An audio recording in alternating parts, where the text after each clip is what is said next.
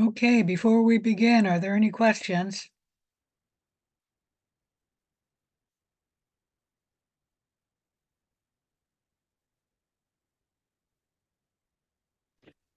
I don't think so. Okay. Thanks. Obviously, that means somebody can hear me. I don't think we've finished chapter 5. Yes, we've got a few more slides to talk about in chapter 5. All right. If there's no questions, I finally finished lab 5. So take a look at your results. If you need more time to get the second grading of lab 5 done, because it's due on Saturday, and I apologize for getting so long to getting it graded. I've just got too much to do this term and too many students to grade assignments to. And I did get all of Lab 5 graded. And as I stated, the last people I only got graded a little while ago. And so if you need more time, let me know and I'll extend your time. But most of you were graded last night. So you have all of today, Friday, and Saturday to get the second grading done. And some of you were graded earlier than last night, like 2 nights ago or longer. But I tried to get finished last night and I just couldn't do it. I think I had like 6 students to go. Anyways, the grading of Lab 5 for the first grading is done. Please take a look at it. And the second grading is due this Saturday, but I will extend the time if you say that you require more time. All right, let me share my screen. Whoops, that's not the right one. Go to the other Zoom file.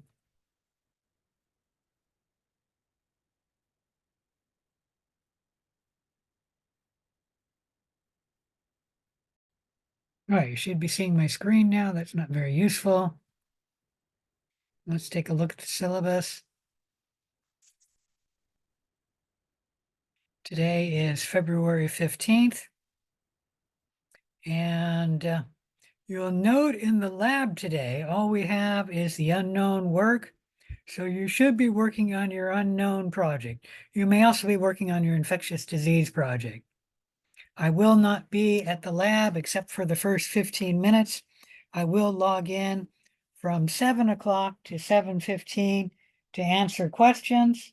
But after 7:15, I will log out. Like I said, there is no lab specifically today. If you have questions, log in. If you do not have questions, you do not need to log in for the lab. Any questions about any of that? All right, for the lecture, we're supposed to be on chapter 6 and actually finishing chapter 6. I have a feeling we're going to fall behind schedule because we need to finish chapter 5. I've got both of these up, I think. There's chapter 5. So we need to talk a little bit about photosynthesis. This is one way that cells may engage in making ATP. You can make ATP from photosynthesis. Photosynthesis is the conversion of light energy to chemical energy. The chemical energy may be used to convert CO2 to glucose. We have a name for that, carbon fixation. Photosynthesis occurs in, of course, green plants, in algae, cyanobacteria, and other photosynthetic bacteria. So photosynthesis is a mechanism for synthesizing organic compounds. And this is very important for animals and microbes because they need to feed on the matter, the organic compounds made by photosynthetic organisms. Almost all of the niches on the planet Earth are dependent on photosynthetic organisms to fix carbon. There is 1 or 2 niches, though, that are not dependent on that, and they are dependent on chemosynthetic bacteria. The only one I'm going to mention is the deep sea vents down on the bottom of the ocean floor. Those niches are surviving because of the the chemosynthetic bacteria living on the volcanic vents, fixing carbon by chemosynthesis and allowing the niche to survive. But almost all other niches on the planet Earth are dependent on photosynthesis. Only in photosynthetic organisms does photosynthesis occur. These organisms contain a light trapping pigment to convert light energy into chemical energy. One of these pigments is chlorophyll. Light releases electrons from chlorophyll. The light energy is then converted to chemical energy via an electron transport chain, similar to the electron transport chain in aerobic respiration. An ATP or NADPH are generated, but these two molecules are often used to synthesize glucose. So we use these two molecules up to make glucose from CO2 and water. And this has a name also. This is called carbon fixation. There are two types of photosynthesis, cyclic photosynthesis and non-cyclic photosynthesis. As far as I know, all photosynthetic organisms can engage in both forms of photosynthesis. You are probably only familiar with non-cyclic photosynthesis. In non-cyclic photosynthesis, you generate glucose. You probably have seen the chemical reaction for photosynthesis as oxygenic photosynthesis, where 6 CO2 plus 12 water in the presence of light generate glucose, C6H12O6, and 6 oxygen molecules and 6 water molecules. You do need to know this summary equation of oxygenic photosynthesis. Let me state that there is another non-cyclic photosynthesis that does not generate oxygen. And it's shown here. You don't need to know it. I'm not going to test you on it, but oxygen is not generated. We don't use water. We use hydrogen sulfide gas, and we produce, sulfide or sulfur. In both of these reactions, sometimes people erase the 6 water here and then reduce 6 water here, but I prefer this chemical reaction because when we have the 12 oxygens coming from water, all of those 12 atoms of oxygen go into making the molecule of oxygen, meaning none of this oxygen comes from carbon dioxide. All of the carbon dioxide is used to make glucose. Any question about any of that? Well, I should say glucose and water.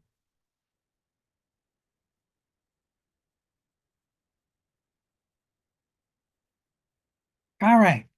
So, like I said, you're probably familiar with non-cyclic photosynthesis. You should have been given it before in Biology 160 or your preliminary biology course, but you're probably not familiar with cyclic photosynthesis.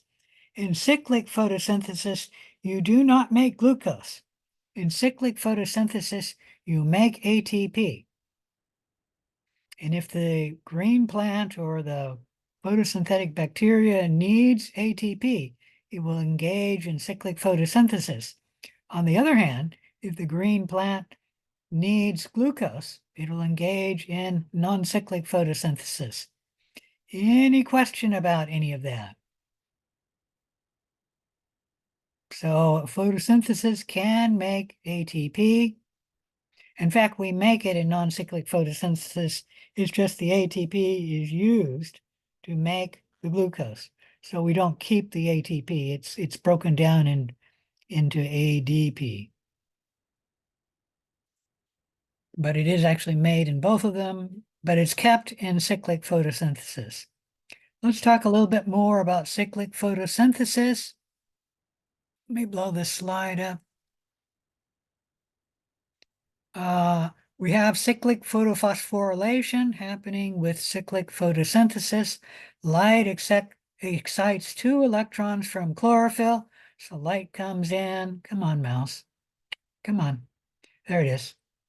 And the chlorophyll is in the photosystem 1, a bunch of proteins making up photosystem 1, and it includes chlorophyll. The light hits the chlorophyll, exciting the electrons, and then the electrons travel from chlorophyll to this protein, to that protein, to that protein, back to this protein, and the electron actually travels from the place it started, meaning the electron goes through the electron transport chain right here, and then travels back to chlorophyll. Why we call it cyclic photophosphorylation? The electron is traveling in a cycle, ending up at the place it started from. Any question about that?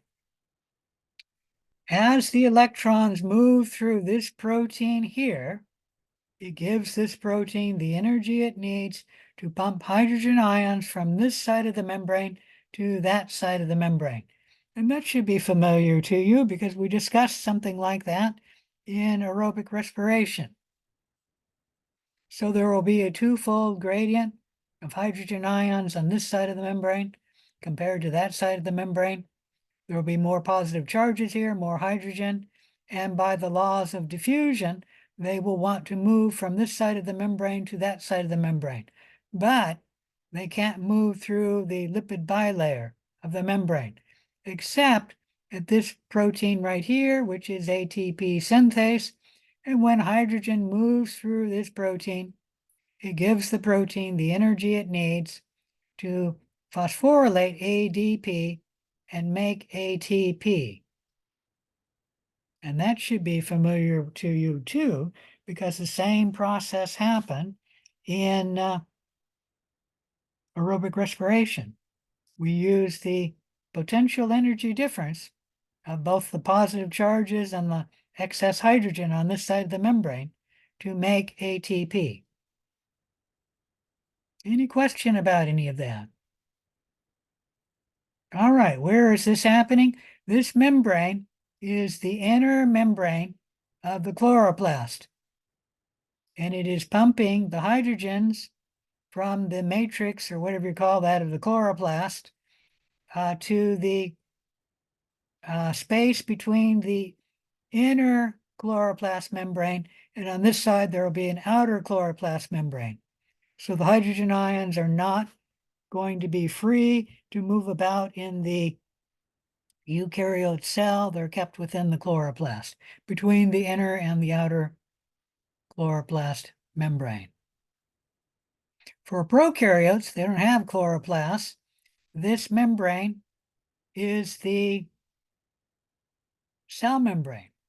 And once again, we have a electron transport chain in the cell membrane of a prokaryote cell, bumping hydrogen ions from the cytoplasm to outside the cell into the cell wall, the same as we saw in aerobic respiration. And then the hydrogen ions come down this way, and in this case, they will make ATP, which actually in aerobic respiration, they move through ATP synthase to make ATP as well. All right, any question about any of that? So for the requirements for making ATP, this is a summary. The energy source can vary. For photosynthetic organisms, the energy source is the energy from the sun, and that does cause electrons to move from chlorophyll. But we also can get our energy source from glucose for most chemoheterotrophs like us, like animal cells. But there are some chemosynthetic organisms that use a chemical source which is not glucose, and it can be an element such as sulfur or ammonia or hydrogen sulfide gas. The point is the electrons are stripped from either glucose or the other chemical compound, and then the electrons are sent through an electron carrier, molecules, and electron transport chain. Along the way, we make ATP. The electrons will travel to a final electron acceptor. In aerobic respiration, the final electron acceptor is oxygen. In anaerobic respiration, the final electron acceptor is a molecule other than oxygen, such as nitrate, sulfate, could be many other different compounds for anaerobic respiration, depending on the form of anaerobic respiration. For fermentation, we have the electrons travel to an organic compound. And then for cyclic photosynthesis, this isn't shown here, the electrons actually travel back to the chlorophyll. Any question about any of that? All right. That, I think, is it for chapter 5. Let's see. I want to end the show and then move on to save that down in case I didn't, and then move on to chapter 6. Chapter 6 is looking at microbial growth. Know the terms of this chapter. Now, for all of the terms, you should look at the objectives. These are just the major terms and the major goals to be able to understand the various requirements of cells for growth. 3, understand the 4 phases of growth. And 4, compare the different methods we have for measuring microbial growth.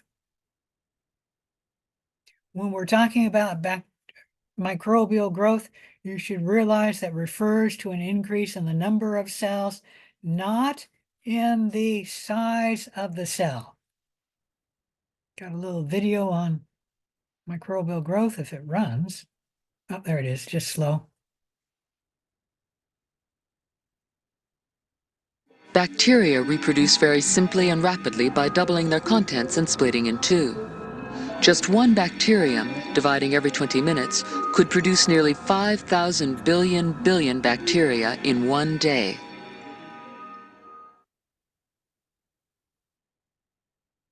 Close that down. Microbes, as well as really all living things, have requirements for growth.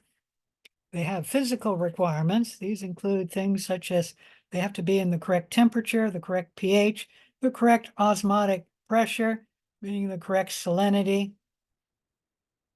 The microbial growth, as well as all other organisms, also have to have chemical requirements for growth.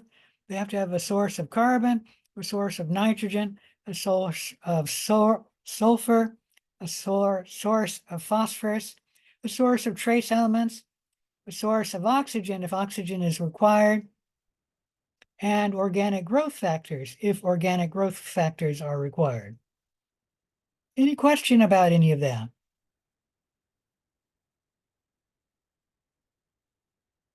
All right. Temperature. Each species has its optimum temperature where it will grow best. And each temperature has its minimum temperature that it will grow at and its maximum temperature it'll grow at. Outside of the minimum and maximum, the organism will not grow. Generally for people, if we're outside of the minimum temperature or the maximum temperature, the patient will get sick and then would eventually die. Now, obviously, you can do things like wrapping yourself in clothing to help the minimum temperature, but still, even with that, you have to have a minimum temperature that we would survive at. And this is true of microbes too. They will not grow below a certain temperature, and they will not grow above a certain temperature. Microorganisms are classified into groups on the basis of their preferred temperature range.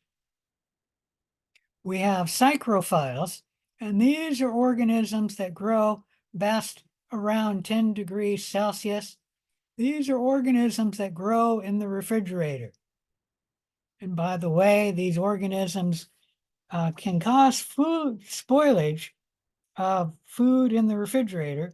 Why you should not keep unpreserved food in the refrigerator longer than a week, because after a week, these psychrophiles can grow up to large enough numbers to cause spoilage of the food. So any food that doesn't have a high level of salt or a high level of acid or something like that, that helps preserve it, after about a week in the refrigerator, it should be thrown away. Psychotrophs are organisms that grow best between 20 and 25 degrees Celsius. So these are organisms that grow best around room temperature.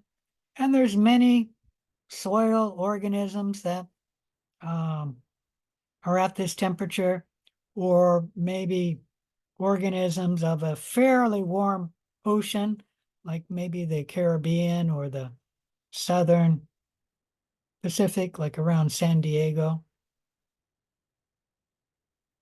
There are mesophiles, and these organisms grow best around 37 degrees. This is the temperature of us. So all human pathogens are mesophiles. Some of these others can make us sick, especially if they get in food and cause spoilage of the food. But these organisms will not grow at our temperature, so they will not cause disease in us. To get an organism to cause disease, it has to be a mesophile. Thermophiles are organisms that grow best around 60 to 63 degrees Celsius. And if you ever watch a rotisserie going around with the chicken in it or something else in it, going around in the store, and you say, geez, that looks kind of old. A thermophile can actually grow under that heat lamp. And so if that chicken looks really old, it's probably best not to buy it, because the thermophiles can grow at that temperature. Now, thermophiles cannot cause direct illness in us because they cannot grow in us. Their cell membranes will actually freeze. Their enzymes will take the wrong shape. But the thermophiles cannot grow in us and cause us disease. They can, however, cause food spoilage, and that could make us sick. Like that rotisserie chicken, the bacteria could grow in it and then cause the food to spoil. And then if you were to eat it, you would get food poisoning. But the bacteria could not grow in you, causing direct illness. The hypothermophiles were something that was not known when I took microbiology. These are organisms that grow best around 95 degrees Celsius.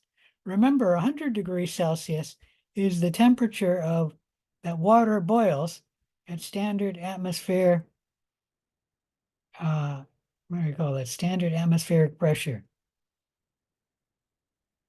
So sea level. These organisms cannot grow in us, cannot cause us illness, and to my knowledge, none of them tend to cause food spoilage. That doesn't mean that there aren't any that don't, but I don't know of any that do.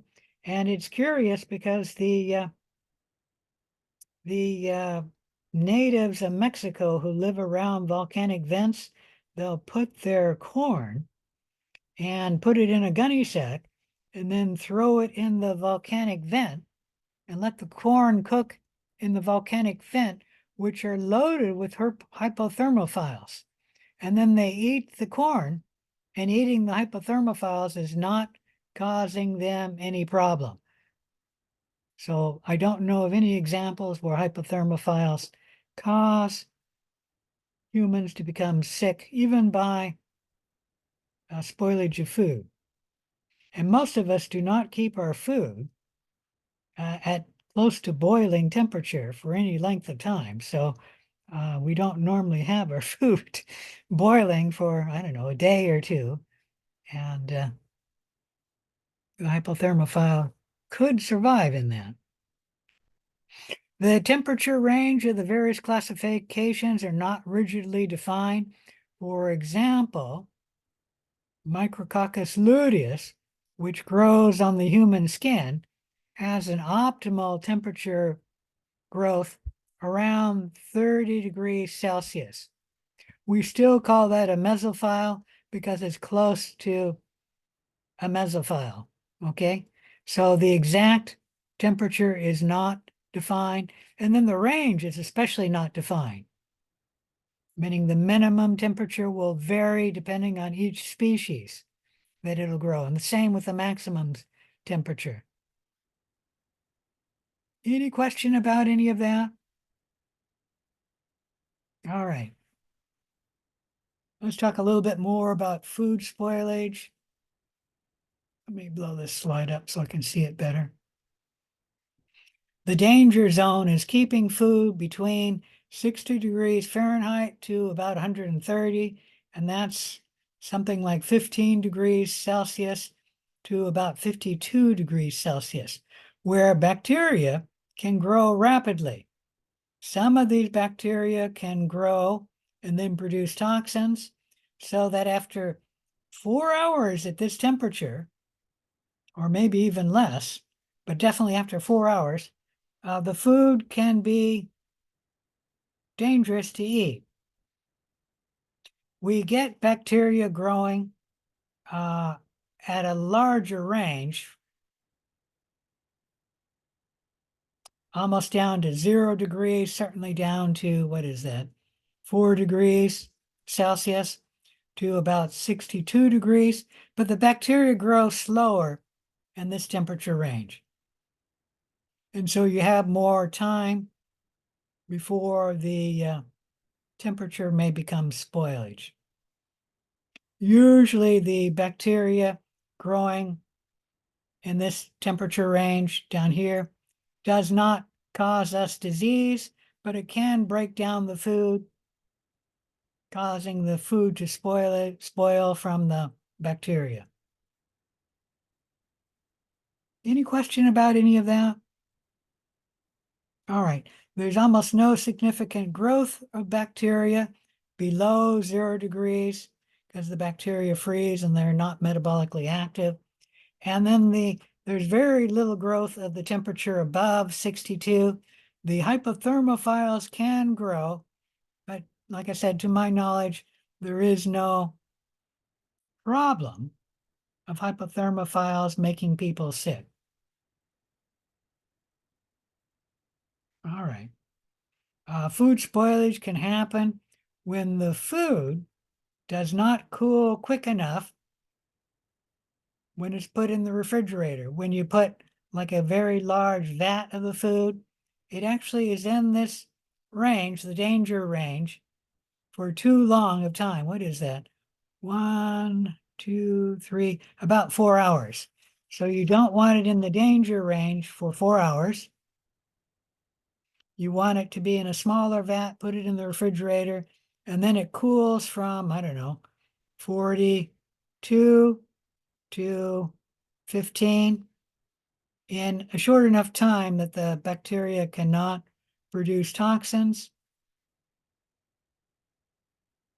or cause the food to spoil.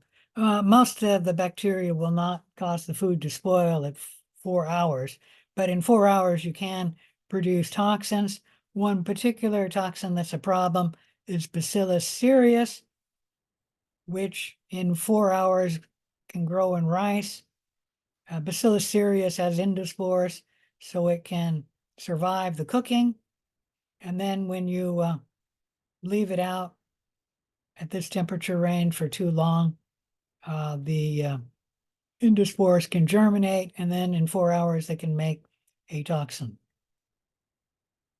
Most bacteria do have actually all bacteria have a pH requirement.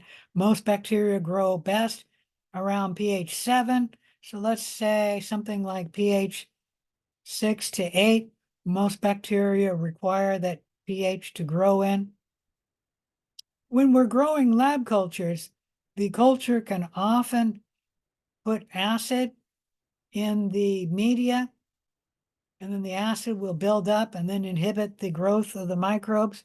We can minimize this problem by putting a pH buffer in our culture media, and most of our culture medias do include a pH buffer. It may simply be phosphate, which also serves as a source of phosphor for the organism. Molds and yeast tend to grow a slightly acidic environment, and they grow best between pH 5 and 6. Acidophiles, though, can grow in very acidic environments, such as volcanic vent environments or volcanic environments, where the pH can be as low as pH 0 to pH 3. Acidophiles also grow in the stomach. Our stomach goes down to about pH 1.5. Any question about any of that?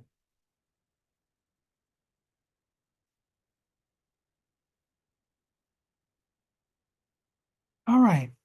Microbes do require an osmotic pressure in which to live in, meaning you have to have the correct salt or sugar concentration outside the cell for the cell to be able to grow and reproduce. If the osmotic pressure is not correct, the cell will not grow and reproduce. And if the osmotic pressure is way off, then the cell will eventually die. High osmotic pressures can remove necessary water from a cell. So a cell in a hypertonic environment, one where the solute concentration is higher outside the cell than inside the cell, will have the cell lose water, which will move into the outside the cell, the solute. That will cause the cell membrane to pull away from the cell wall, and we'll get the cell dying by plasmolysis. This actually happens when E. coli falls into a bottle of molasses. I think it also happens in when E. coli falls into a bottle of ketchup. Because of the high osmotic pressure, which molasses would be simply high sugar concentration. Ketchup would probably be high salt concentration, although ketchup has a high sugar concentration, high salt, and then an acidic environment. Both of those, actually all three of those, help preserve the ketchup.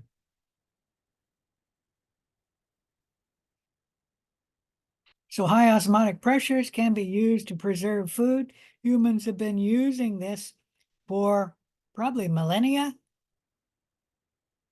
Like when we salt meats, like beef jerky, molasses, salted fish, they're all examples of using high osmotic pressure to preserve the food. And if you don't know, a bottle of molasses can last at room temperature for years. My mother had a bottle of molasses that we figured was at least 30 years old. And as far as we knew, it was still good. And at 20 years old, it was still good because I made my father molasses candy. And he enjoyed it. Didn't kill him or anything. It was 20 years old. High osmotic pressure can preserve the foods. Another way we use high osmotic pressure is when we dry fruit or vegetables. You remove the water and the solutes are left behind, creating high solute concentration so the microbes cannot grow. Halophiles are organisms that prefer to grow in a high salt concentration. There are obligate halophiles and facultative halophiles. An obligate halophile is an organism that requires a high concentration of salt to grow, such as the halophiles that grow in the Dead Sea between Jordan and Palestine. The Dead Sea is about 30% sodium chloride, and the halophiles can grow in that. You can't get higher than 30% sodium chloride because the salt will precipitate out of solution. A facultative halophile does not require the high salt concentration to grow, but can tolerate salt concentrations greater than 2%. Some can grow in salt concentrations at 15% or higher. An example of a facultative halophile is Staphylococcus aureus or Staphylococcus epidermidis. Both of these organisms can grow on your skin, and if you don't know, our skin can get as high as 20% sodium chloride. Depending on when you last had your shower or bath, your skin can go up to 20% sodium chloride. And Staphylococcus aureus and Staphylococcus epidermidis grow on the skin. In a hypotonic solution, this is a solution containing low osmotic pressure, like when you put a cell into distilled water, water can enter the cell by osmosis. And if the cell does not have a cell wall, the cell membrane will expand and expand as more and more water enters the cell until the cell membrane pops, and then that would kill the cell. Now, if a cell has a cell wall, the cell membrane can only expand up to the cell wall, and then the cell membrane cannot expand any further. And that means no more water can enter the cell because the cell can't expand to allow the room for the water to enter. Any questions about any of that? In low osmotic pressure, you can get cells to die. For example, when you put red blood cells in a beaker of water, water will move into the red blood cells, causing them to swell until the cell membrane pops, bursts, and then that will kill the cell. Carbon is another chemical requirement of living organisms for life. The typical cell has half of its weight, its dry weight, from carbon. So when you take all the water out of cells, half of the weight that is left is from carbon. Carbon is used as structural organic molecules. We can use carbon for our energy source, like we metabolize glucose for our energy source. Heterotrophs use organic carbon sources. Autotrophs, though, can get their carbon from CO2 dissolved in the air or the water. Nitrogen is another chemical requirement for living cells. 14% of the dry weight of a cell is from nitrogen. Nitrogen is found in amino acids, obviously in proteins, in DNA, RNA, and ATP. Nitrogen is often obtained by decomposition of proteins, and this is how we obtain our nitrogen. We cannot use nitrate, that chemical, but green plants and bacteria can use nitrate. And many bacteria, like I said, can use a nitrogen form from an element such as nitrate or ammonia. A few bacteria can even use nitrogen gas from the air. And what they do is they fix nitrogen from the air and then convert nitrogen gas into an organic molecule like a protein containing nitrogen. Sulfur is another element that's required by life. Sulfur is in some amino acids. It's also in thiamine and biotin. Both of these are B vitamins, vitamin B. And sulfur is also in DNA and RNA. You can obtain sulfur from the decomposition of proteins, And that's where we get our sulfur.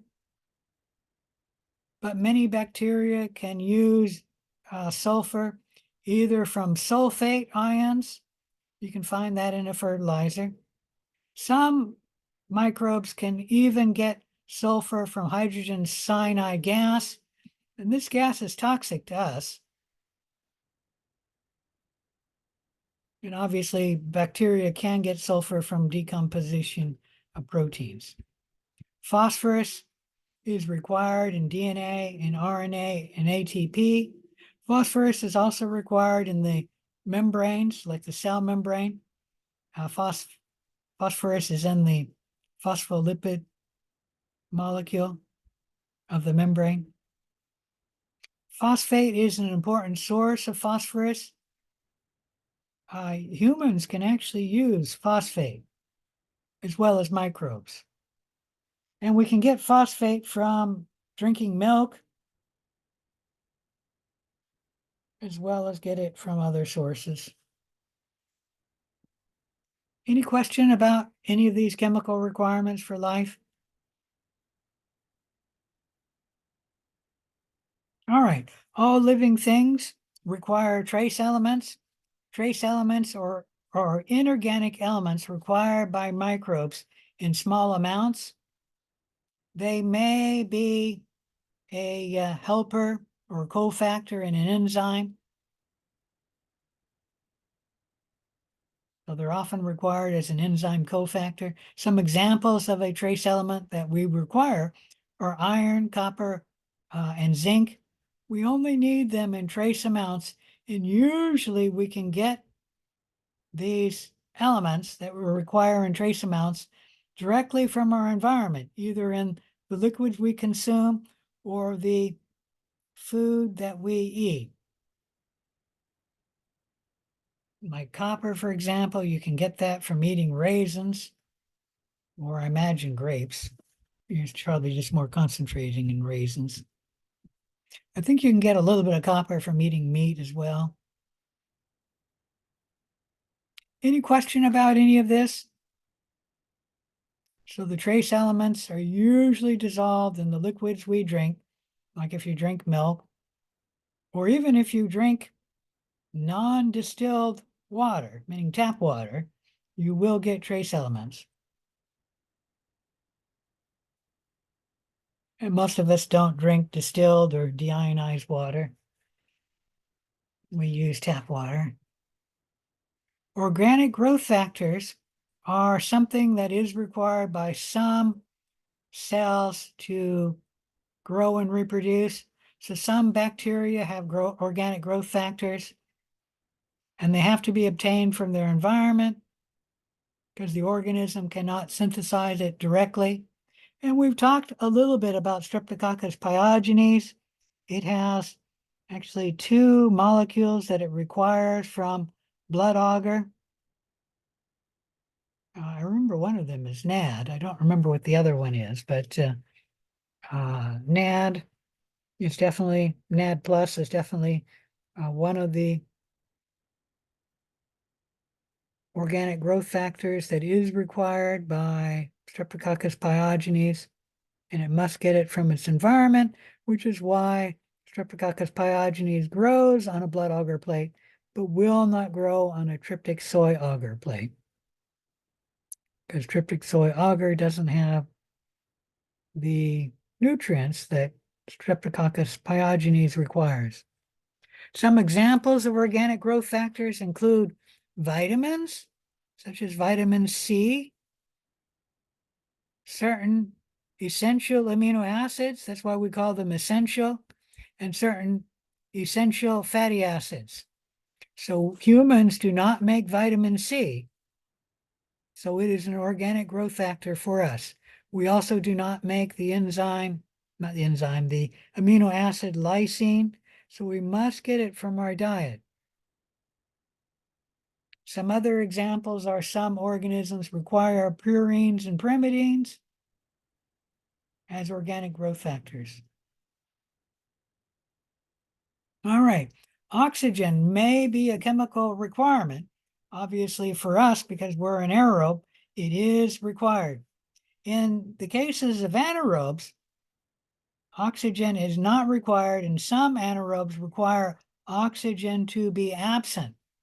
Otherwise, the oxygen can kill the microbe.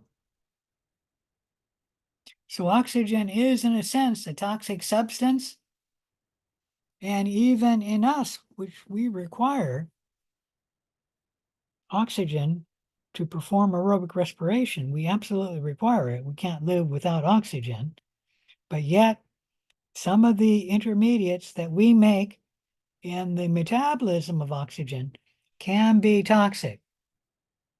And we just have the enzymes for detoxifying those toxic oxygen intermediates. There are 4 toxic forms of oxygen, meaning 4 toxic intermediates of oxygen. The first is singlet oxygen, where oxygen gas is boosted to a high energy state, and the electron, or 2 of them, are boosted to a very high energy state. These singlet oxygen molecules are extremely reactive. They tend to bump into things, and then, let me see, do they steal electrons or do they give electrons? I think they steal electrons. We find singlet oxygen present in phagocytic white blood cells, and the white blood cell can put the singlet oxygen on whatever the white blood cell is trying to kill. Like if the patient has a bacterial infection, the white blood cell could secrete singlet oxygen on the pathogen to kill the pathogen. Any question about any of that? All right, that's the first toxic form of oxygen. Did I do that wrong? I did. The second toxic form of oxygen is a superoxide free radicals. A free radical is an compound or atom or molecule that has an extra unpaired electron.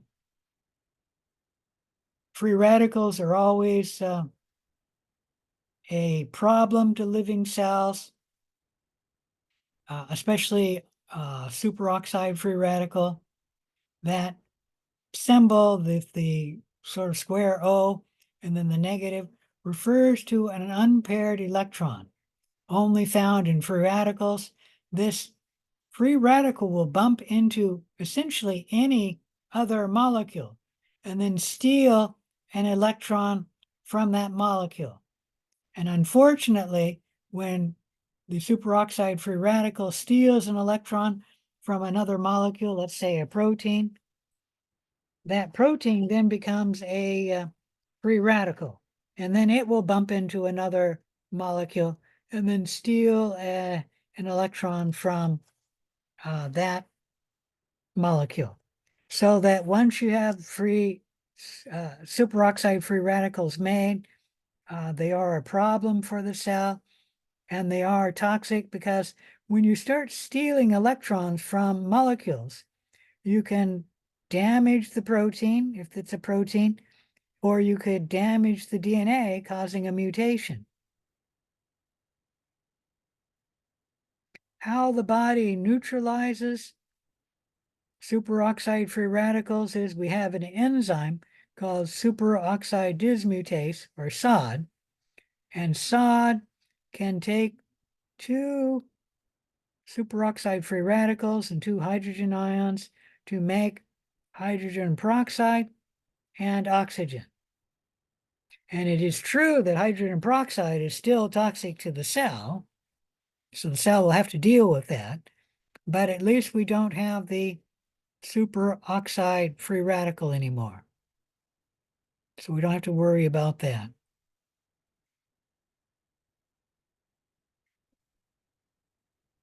I'm trying to figure out what I'm talking here. Neighboring molecule. Oh, yeah, I already talked about that. All right, so SOD will make hydrogen peroxide. That is a toxic substance to the cell, but the cell has a solution for the production of hydrogen peroxide. And there are two enzymes which can metabolize hydrogen peroxide to make non-toxic substances.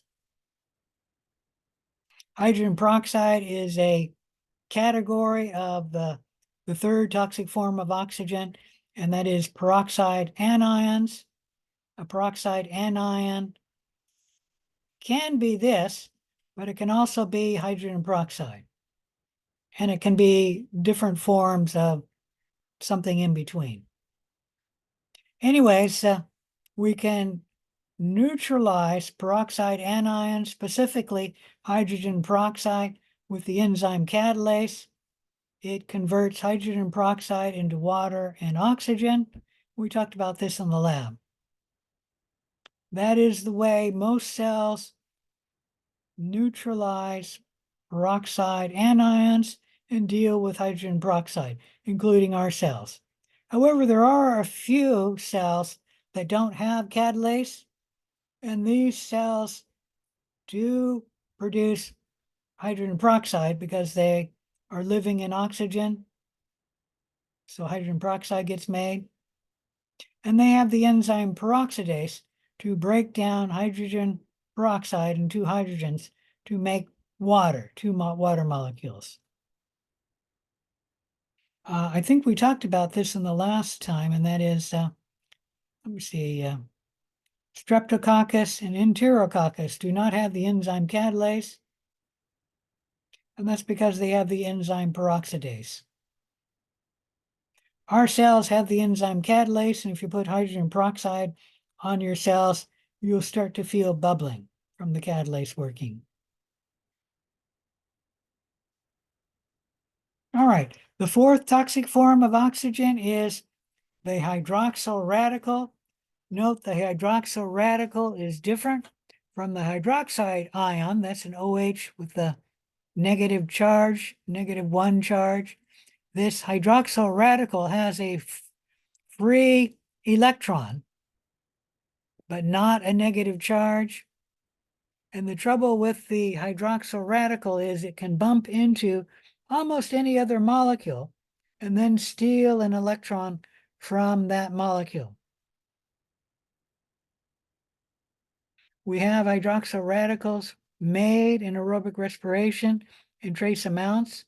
It's also made when the cell is exposed to ionizing radiation. And if you don't know, we always have a very low amount of exposure to ionizing radiation when particles from outer space hit us, and they are ionizing radiation, creating hydroxyl radicals. Let me see if I can remember what happens as the radiation hits let's make it a hydroxide ion in water, and it gives the electron so much energy that the electron leaves the compound. We will then have an electron lose this hydroxide ion, so we lose the -1 charge. And then we have an unpaired electron that's left, because the other pair, meaning you have two to a pair, the electron, there's only one there. And it likes to be paired with two, and we're not going to talk about why. You can read about that in the chemistry chapter. But whatever molecule this bumps into, it tends to steal the electron, and then it'll be converted back to a hydroxide ion. But the other molecule becomes a free radical. How the cell, including our cell, tends to deal with hydroxyl radical is we have antioxidants to bind to and then remove these hydroxyl radicals. One antioxidant that actually does this is vitamin C. Vitamin E can also do that, act as an antioxidant. The trouble is when you use your vitamin C or vitamin E to bind to the hydroxyl radical and then remove it, so it's no longer a problem. The trouble is you lose that molecule of vitamin C. You can't go back and recycle it. So that vitamin C is lost. Any question about any of that? All right. So obviously some microbes require oxygen, and these microbes we call aerobes. They require oxygen to make ATP from aerobic respiration. Microbes can be classified on the basis of the effect that oxygen has on their growth. The easiest one to talk about is the first one, and that's an obligate aerobe. It absolutely requires the presence of oxygen in order for the cells to grow, because the cells engage in aerobic respiration. And that would be our cells. All of our cells are obligate aerobes, with the exception of our muscle cells. If the muscle cell runs out of oxygen, the muscle cell can then use, lactic acid fermentation. But even the muscle cells prefer to engage in aerobic respiration because they'll make more ATP per molecule of glucose. Oh, excuse me, I'm going to sneeze. I'll probably sneeze because I stopped that sneeze and it's still in my nose there.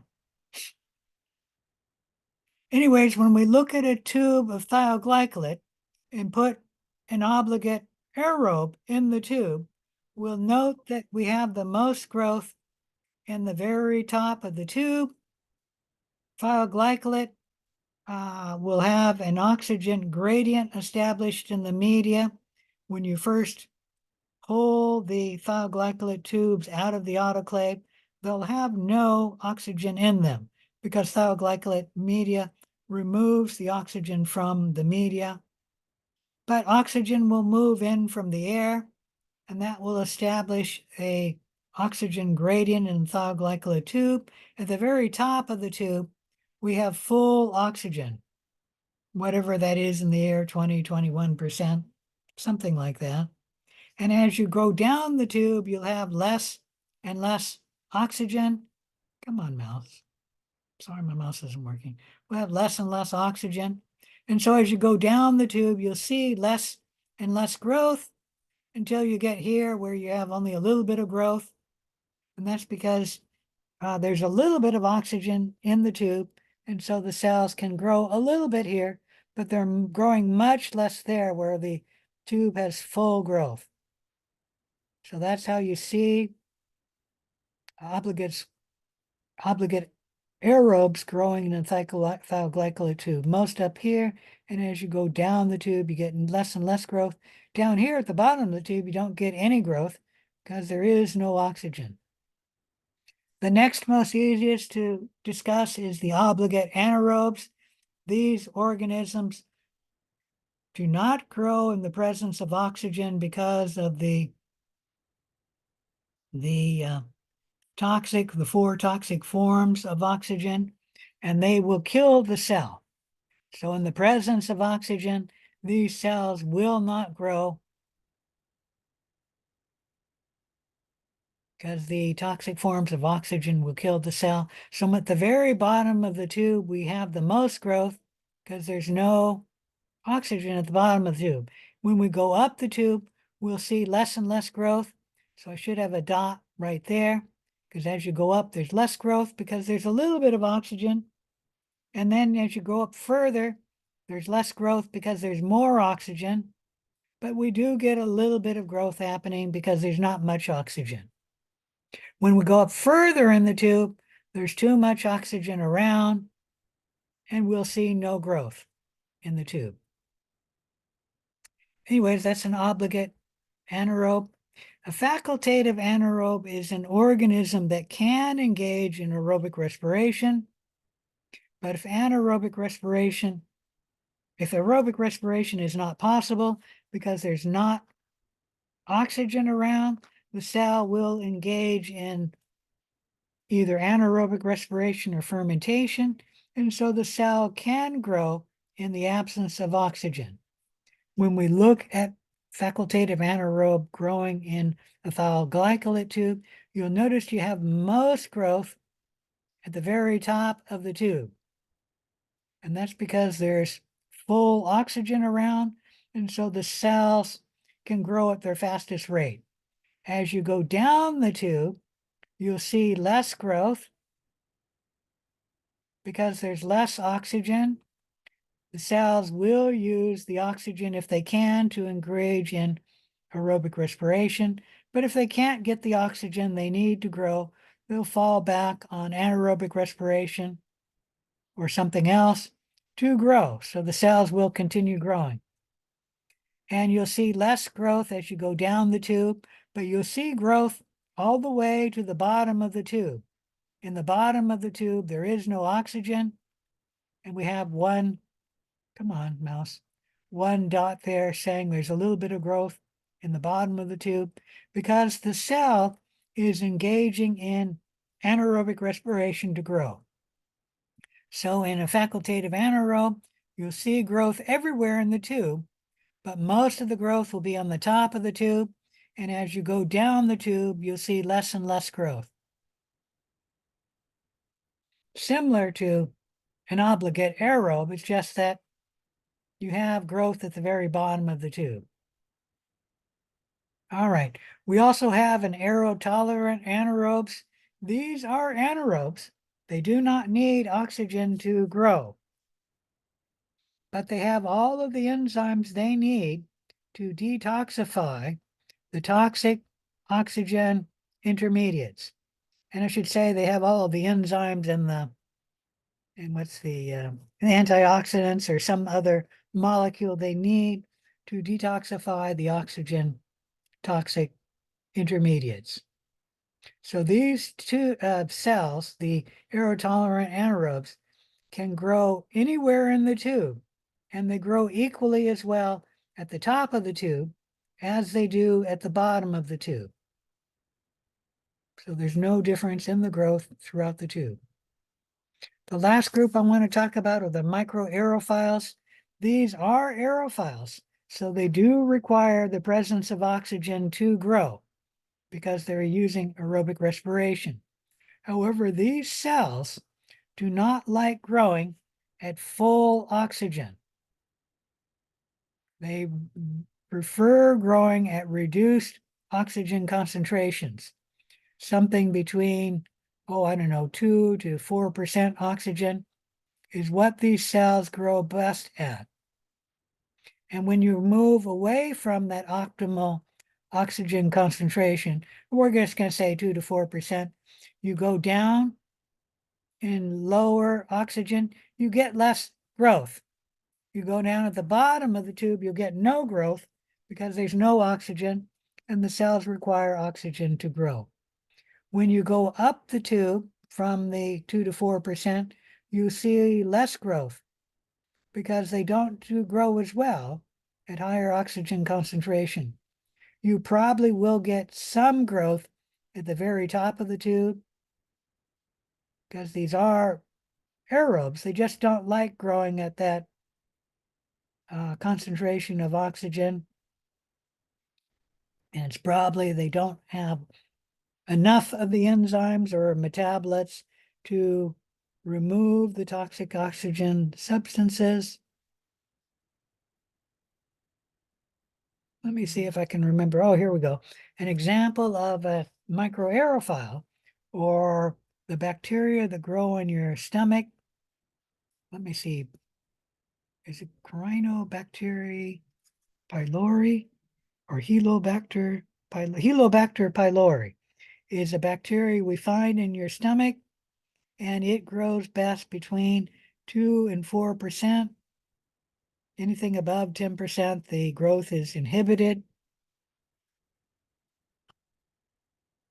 And the stomach has a oxygen from when we swallow, but the oxygen is reduced largely from the cells like microbes using up the oxygen either in aerobic respiration or anaerobic respiration. So the oxygen in the stomach is reduced and the Helicobacter pylori grows best as a microaerophile. Any question about any of that?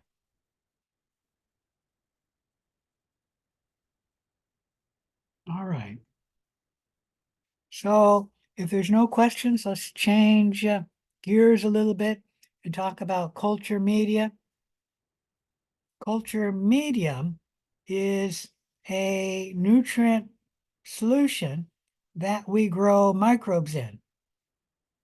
And it has all the nutrients required for, well, many organisms to grow. It can be a liquid or a solid culture. The liquid culture, we just take the broth and we add something to make it solid, such as agar. The nutrient media you get from the lab, if you were to actually go in the lab, is sterile, meaning it has no living microbes in it. And how we got it sterile was we put it in the autoclave. The inoculum is the microbes you introduce into the medium. The culture is the microbes growing in or on the culture medium. We have a wide variety of media available to grow cells in microbiology. If you were in the lab, I would pull out a book that's about this thick, really thick, and it's actually a little bigger than this. Just a little bit bigger than this. And on each page of this book, we have one media. So there are many media in this book because there's many pages. Okay. So we have a very wide variety of different culture media to grow your microbes in.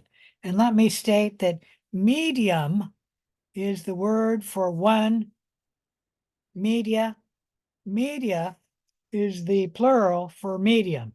So if you're ever talking about two or more, you use the word media. And if ever you're talking about one medium, like TSA medium, you should use the word medium. Any question about any of that?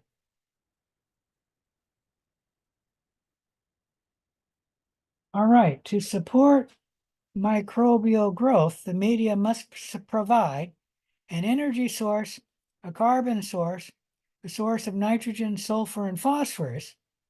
The medium must supply the trace elements, and it must supply any growth factors that are required by the organism to grow. So if the organism requires all of these, you must supply all of them in the medium you want the organism to grow in.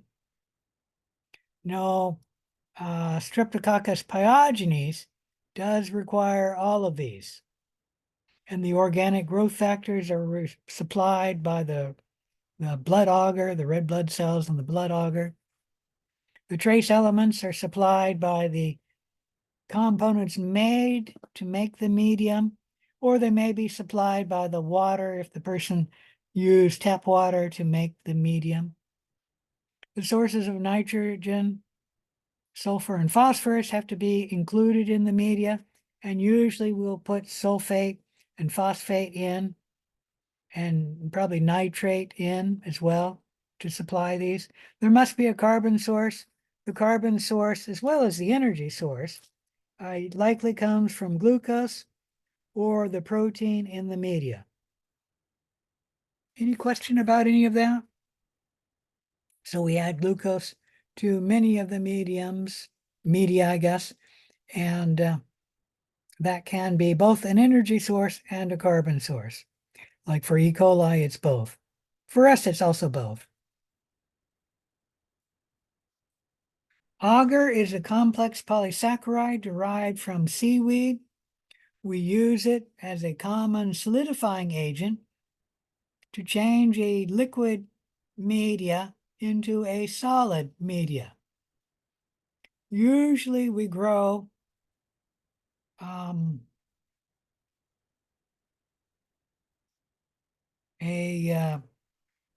dish. Usually we put a solid media in a petri dish. but we could put it in a tube. And we have two types of tubes, a slant and a deep. Let me get paint here and then I'll show you each. So in a Petri dish, we normally have the solid media because a liquid media is just too easy to spill from a Petri dish in microbiology. We have a tube of solid media, and if the media goes straight across, we call that a deep. I don't think I can write that. Maybe I can.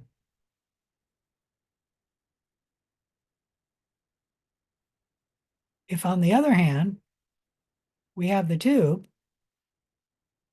and the medium is looking like, let's see, this, we call that a slant because the agar is slanted and we grow the bacteria on the slant there. And you can have, I don't know, how do I word that?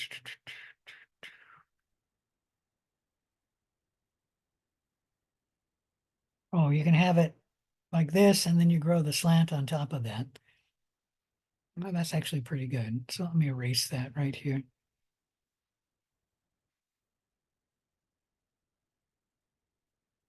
So these are called slants. That's called the deep. And then obviously in a tube is what we usually have the broth. A liquid media is usually grown in a tube because the tube, as long as we hold it upright, the broth should not leak out. When we're moving a Petri dish, if it's a broth in the Petri dish, you have to be very careful so you don't spill the broth. And usually in a Petri dish, we don't have broths. We have a solid medium. Any question about any of that?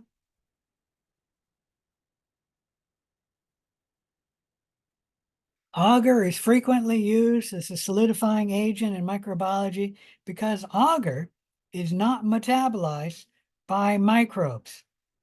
We could use starch, or we could use, what's another one, gelatin, to solidify the media, but the microbes digest, or some microbes digest both starch or gelatin, or maybe they digest one or the other or both. And if you digest the gelatin, for example, you will then have a liquid solution. And that won't contaminate the plate, but it will make a mess of your isolated colonies growing on the plate. So usually we use agar because it is not digested by the microbes. We have different types of culture media. Let me blow this up. Here we have a chemically defined media, and all it has is glucose, ammonium phosphate, sodium chloride, magnesium sulfate, so magnesium sulfate there, and then potassium phosphate. And these are the only chemicals in the media. We use distilled water. That's actually, that's not stated there. It's distilled water, so we're not getting the trace elements in the water. And these are all of the chemical compounds in the media. We know exactly what's in this media because we put exactly what's in the media.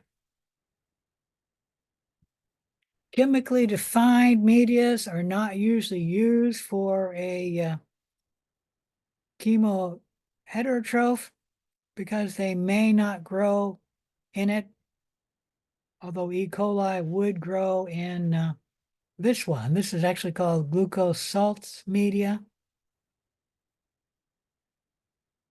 If we have a fastidious organism in a chemically defined media, it would not grow in this because you need to add many additives. And this is trying to show you a chemically defined media for growing a fastidious organism. We have to add more than just glucose and starch. We have to add sodium acetate, sodium citrate, oxaloacetic acid, a whole bunch of different salts. So you need to add magnesium, calcium, iron. You have to add some amino acids and some other organic growth factors. And you could make this media, but it would be very long time to get it made. And this is a media that a fastidious organism would require because it needed all of those compounds added to the media before the fastidious organism would grow. Normally, a chemically defined media is only used for growing an autotroph, and that's because we don't need to supply many compounds to get an autotroph to grow. Any question on any of that? So for most heterotrophs that were growing in the lab, we would not use a chemically defined media. Instead, for growing the bacteria we normally grow in the lab, we use a complex media, which contains extracts and digests of yeasts, meats, or plants. Let me blow this up. So this is a chemically defined media, not a chemically defined media, a chemically complex media. We put peptone, and that's partially digested protein. You usually get the peptone from the soybeans, and then you partially digest it. We then add 3 grams of beef extract, 8 grams of sodium chloride, and then agar, and then water, which we use distilled water. This beef extract, as well as the peptone, adds much more than just the beef extract.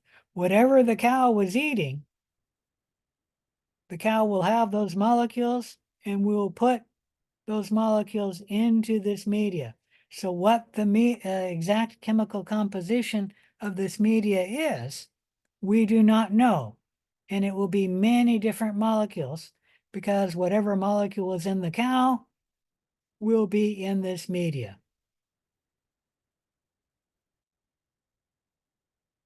So the exact chemical composition is unknown. It does have protein as its primary energy source, protein both in the peptone and the beef extract. And then that's also the carbon and the nitrogen and the sulfur source. So it supplies all of those. We normally use a complex media for growing heterotrophs of bacteria because these organisms require an organic carbon source, such as the beef extract or the peptone. And we don't care to know exactly what molecules we are growing the bacteria in. Most of the time, we don't care what we're growing the bacteria in.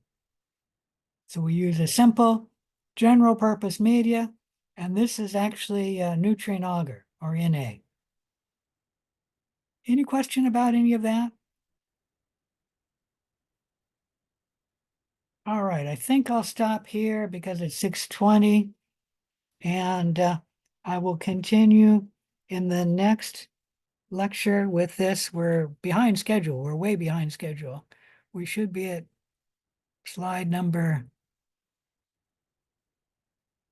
51, and we're what, slide number 25 about?